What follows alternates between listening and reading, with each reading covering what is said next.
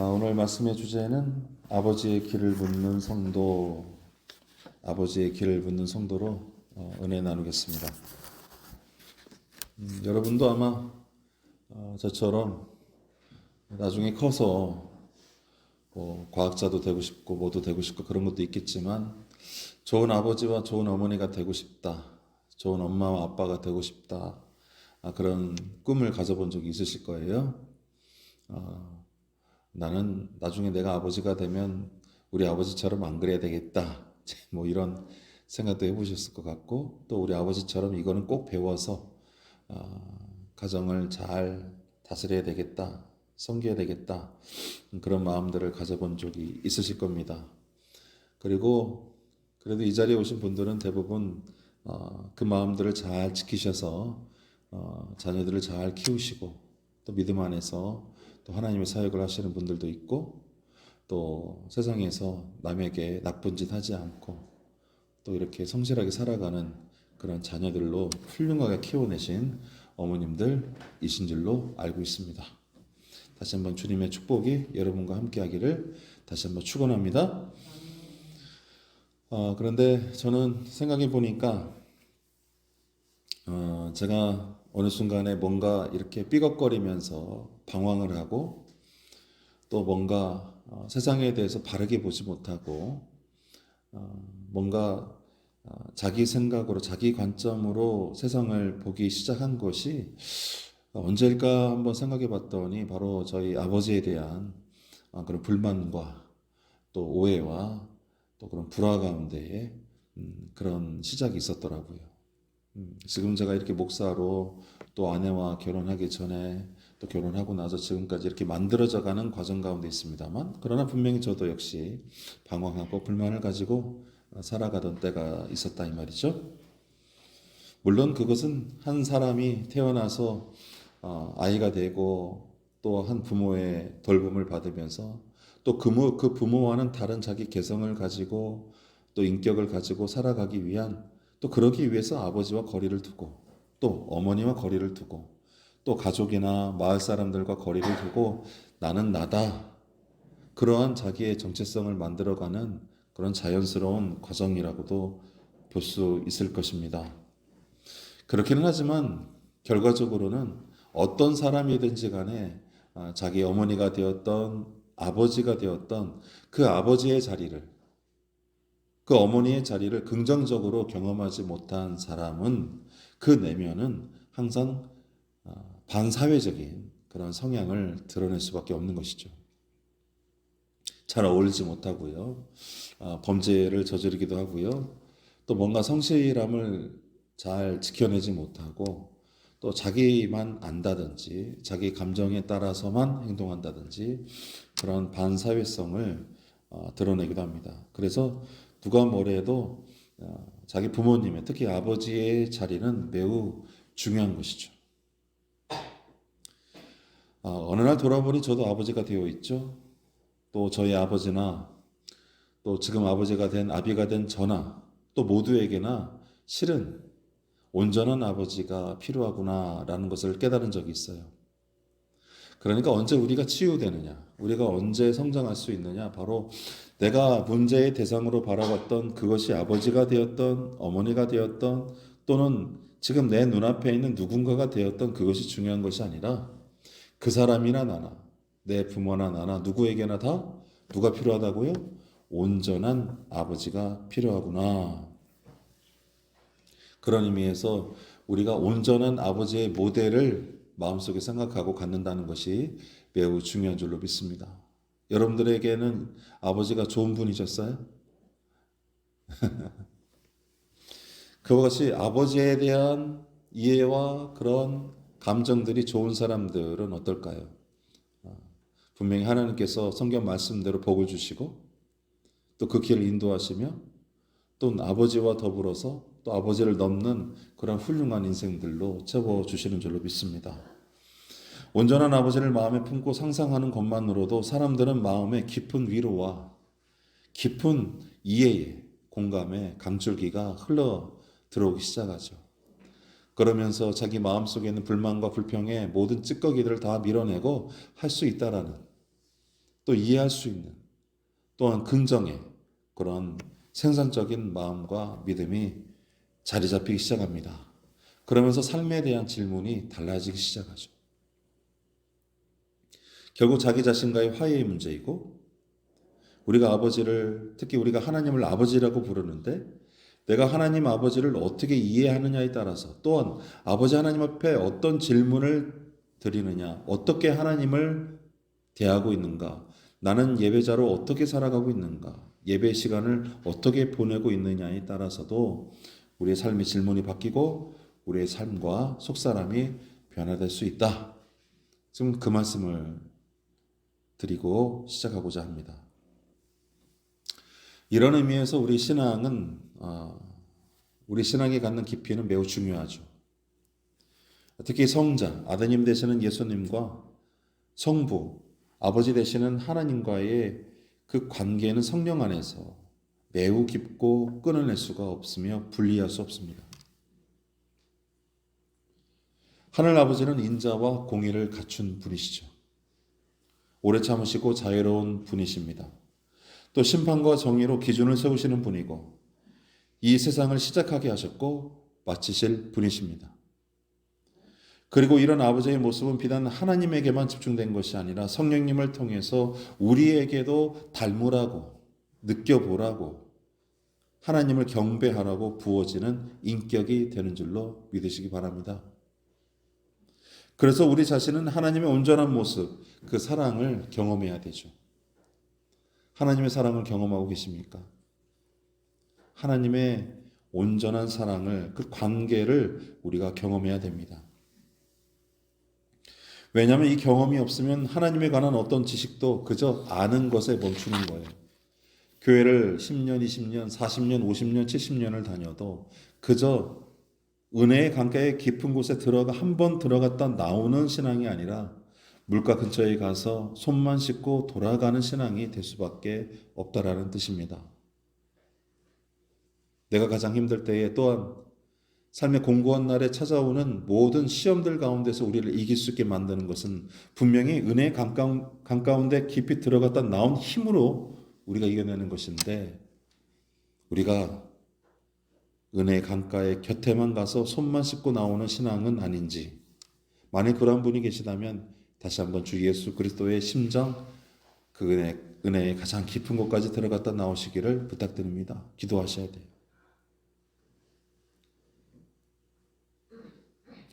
자, 그렇게 우리가 알면서 하나님을 정말로 아는 것에만 멈추는 것이 아니라 하나님을 사랑하고 또 하나님을 정말 살아계신 분으로 우리가 대하고 그리하여 그분의 말씀을 배우고 인내하며 시험을 통과하는 신앙을 가졌을 때 비로소 우리는 거듭났다라고 말하는 거예요. 그래서 하나님을 아는 것과 믿는 것은 근본적인 차이를 갖는 것입니다. 제가 처음에 아버지를 말씀드렸습니다. 우리 육신의 아버지도 마찬가지죠. 어머니도 마찬가지입니다. 우리는 부모님에 대해서 다 안다고 생각합니다. 또 자녀들에 대해서 다 안다고 생각하죠. 그런데 지나고 보니까 저는 아버지에 대해서도 잘 알지 못했었고 또 어머니가 어떤 여자인지에 대해서도 잘 알지 못했어요. 오히려 시간이 지나면서 그분이 어떤 분인지 1대1로 마주보게 되고 그분에 대해서 이해하고 사랑할 수 있듯이 우리가 그저 안다고 생각하는 것과 믿는 것은 차이가 있다 이 말씀이에요. 오늘 미가서 6장은 법정에 선 아버지가 등장합니다. 그 아버지는 하나님이시죠. 아마도 그때 당시 유대인들이 특히 멸망을 앞둔 남유다 백성들이 하나님을 기쁘게 하지도 못하면서 하나님을 원망하고만 있는 또한 하나님께 드리는 예배가 그저 드리는 예배로 하나님이 받으시지 않는 예배로 변화되어 있는 상태 가운데에서 그럼에도 불구하고 하나님을 원망하고 하나님을 손가락질하고 하나님을 무시하는 그런 때 가운데 법정에선 아버지로 묘사되고 있는 것이죠. 그런데 지금까지 피고였던 그 아버지가 이제 원고가 되어서, 그러니까 고발을 받았던 아버지가 아니라 이제는 다시 자기가 원고가 되어서 자기 백성을 향해서 변론하기 시작하십니다. 변론이 뭡니까? 사실은 그런 것이 아니고 진리가 무엇인지, 진실이 무엇인지 밝히는 것이고 전도하는 것이죠. 그게 변론이에요.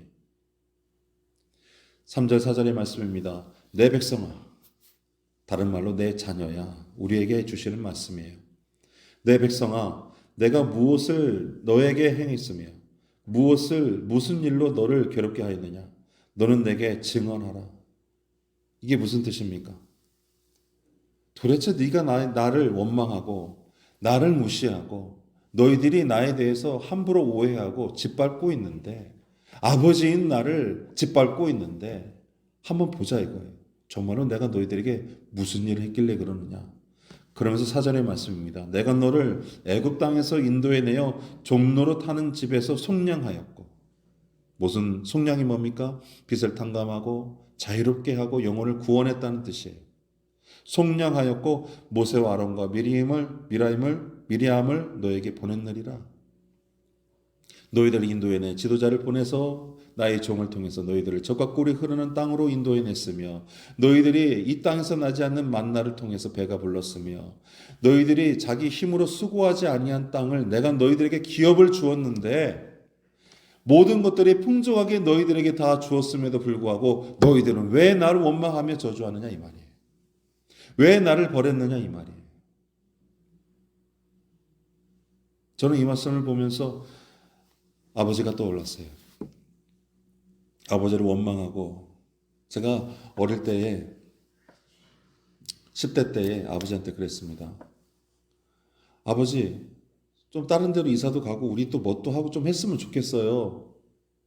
그러자 아버지가 저한테 이런 말씀을 주시는 거예요. 희간아, 항상 너보다 어렵게 사는 이웃들을 봐라. 너에게 주어진 것들에 감사해라. 원망하지 말고 비교하지 말아라. 지금 사는 것도 감사하게 생각해라. 그런데 어린 심정이 어땠어요? 그게 불만이었던 거예요. 좀 더 낫게 살 수 있고 이렇게 하면 더 잘 살 수 있을 것 같은데, 제 눈에 아버지는 너무 고집스러워 보였거든요.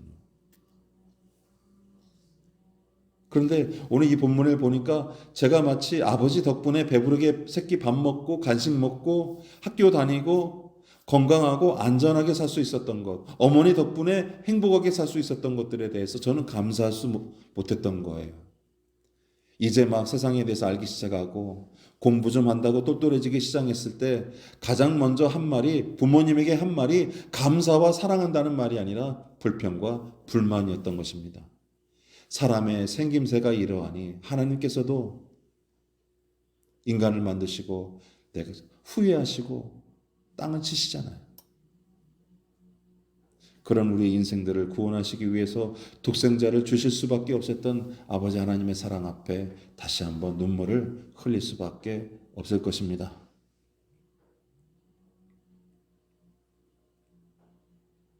하나님 아버지께서는 종노릇을 하며 왜 살아가는지, 사람인지 개 돼지인지 소인지 알지 못하는 자들에게 영혼을 불어넣어 주시고 자유를 주시고, 아버지 하나님의 말씀으로 먹였으며 약속한 땅으로 인도하여 그들 각자에게 기업을 주셨어요.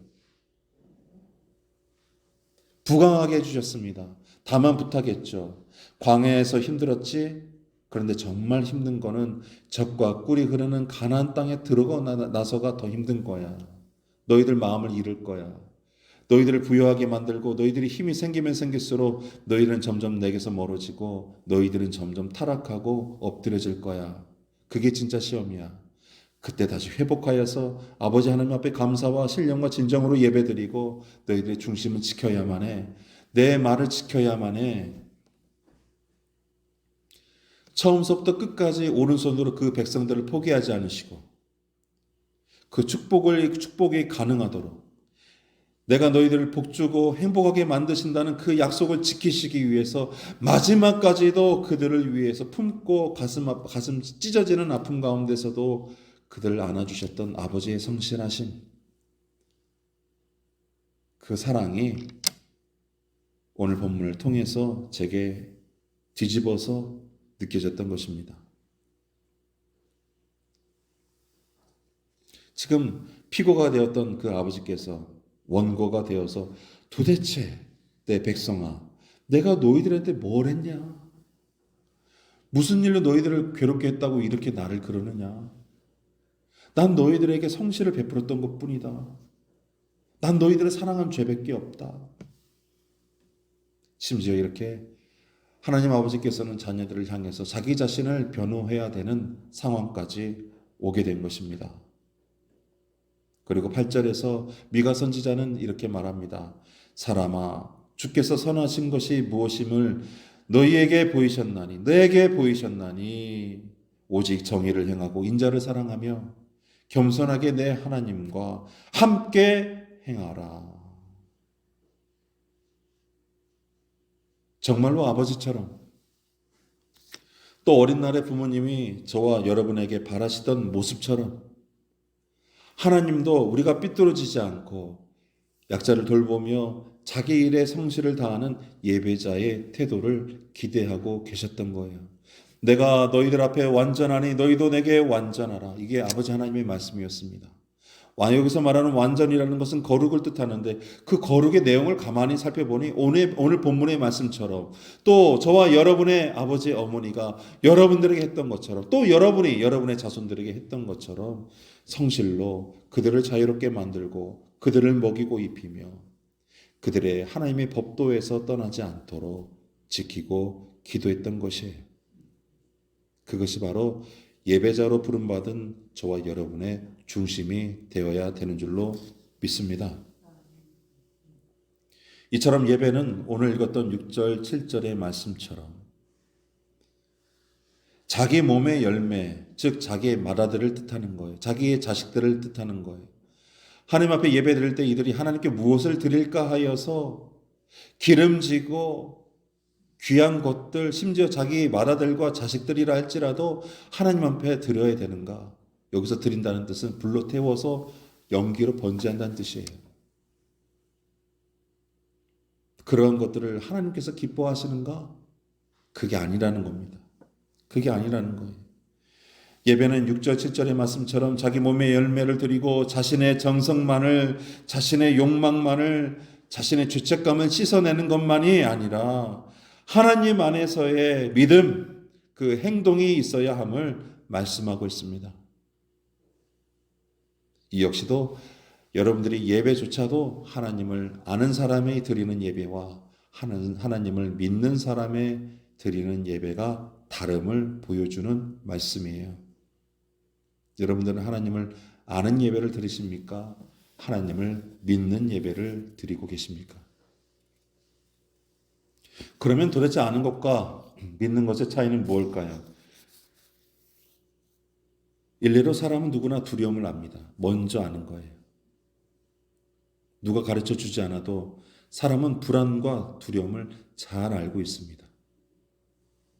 예를 들어 어두운 골목가에 혹은 어두운 나무 뒤편에서 누군가 나를 쳐다보는 듯한 그런 오싹함들, 갑작스러운 사고를 당했을 때 느껴지는 그 사람들의 불안감들, 두려움들, 앞날에 대한 불안 때문에 매일매일 누가 그렇게 하라고 가르쳐주지 않아도 자꾸만 마음속에 찾아오는 그 두려움들, 또 나도 모르게 내가 무슨 잘못을 해서 그런가, 사고를 당했거나 두려운 상황 가운데서 사람들은 다 어떻게 말합니까? 어떻게 생각하고요? 내가 무슨 잘못을 했을까?